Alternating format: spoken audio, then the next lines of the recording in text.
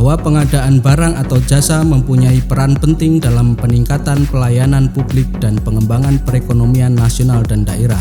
Oleh karena itu, mewujudkan tujuan di atas, perlu dilakukan langkah-langkah strategis dalam pengadaan barang atau jasa.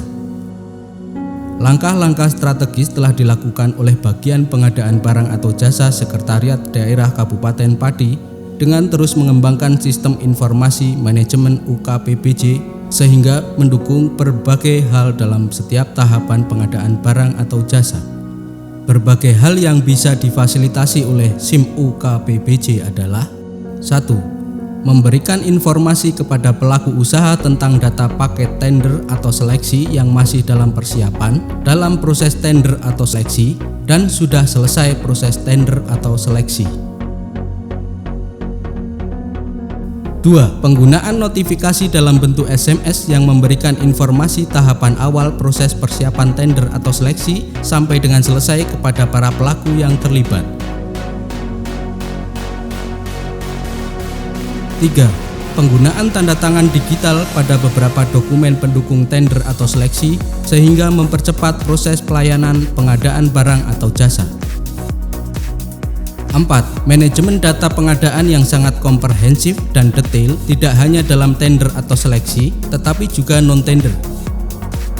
Data tersebut disajikan dalam bentuk chart sehingga sangat mudah untuk dicermati dalam monitoring dan evaluasi kebijakan pengadaan barang atau jasa. Data yang tersaji antara lain grafik jumlah paket tender atau seleksi, grafik jumlah paket berdasarkan jenis pengadaan, grafik perbandingan anggaran antara pagu, HPS usulan PPK, HPS hasil kaji ulang dan nilai pemenang tender atau seleksi, grafik efisiensi tender atau seleksi, grafik target versus realisasi paket tender atau seleksi,